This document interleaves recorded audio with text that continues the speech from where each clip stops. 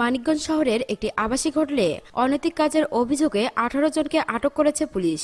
বুধবার দুপুরে Manikganj bus stand এলাকার ওই হোটেল থেকে তাদের আটক করা হয়। আটকদের মধ্যে 9 জন নারী ও 9 জন পুরুষ। তাদের বয়স 14 থেকে 40 বছরের মধ্যে। পুলিশ এবং স্থানীয় বিভিন্ন সূত্র থেকে জানা গেছে, মানিকগঞ্জ বাস স্ট্যান্ড এলাকায় 7 তলা বিশিষ্ট একটি ভবনের 7ম তলায় পদ্মা আবাসিক হোটেল ও 6ষ্ঠ তলায় রয়েল আবাসিক হোটেল রয়েছে। এ দুটি আবাসিক হোটেলে ছোট ছোট কক্ষ ভাড়া দেওয়া হয়। এ দুটি হোটেলে বিভিন্ন সময় অনৈতিক কর্মকাণ্ড সংঘটিত হওয়ার অভিযোগ রয়েছে। বুধবার বেলা 2:30টার দিকে অজ্ঞাত এক ব্যক্তি জাতীয় জরুরি সেবা নম্বর 999-এ কল দিয়ে ওই দুটি আবাসিক হোটেলে অনৈতিক কর্মকাণ্ড হচ্ছে বলে পুলিশকে জানায়। পরে পুলিশ পদ্মা আবাসিক হোটেলে অভিযান চালিয়ে 18 জনকে আটক করে। এ বিষয়ে জানতে চাইলে বিকেলে পদ্মা নামের ওই আবাসিক হোটেলে গিয়ে কাউকে পাওয়া যায়নি।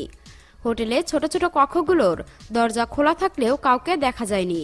6ষ্ঠ তলায় রয়েল আবাসিক হোটেলের মালিক আমির হোসেন বলেন, ভবনের 7ম ও 6ষ্ঠ তলা ভাড়া নিয়ে আবাসিক হোটেল করা হয়েছে। এসব হোটেলে দম্পতি ছাড়া ভাড়া দেওয়া হয় না বলে দাবি করেন তিনি।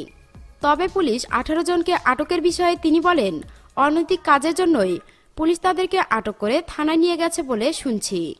সদর থানার ওসি আব্দুর রব সরকার বলেন, অভিযানে খবর পেয়ে আবাসিক হোটেলের মালিক ও কর্মচারীরা পালিয়েছে। আটক ব্যক্তিদের বিরুদ্ধে আইনগত ব্যবস্থা নেওয়া হবে। আবাসিক হোটেলের মালিকদের বিরুদ্ধেও ব্যবস্থা নেওয়া হবে।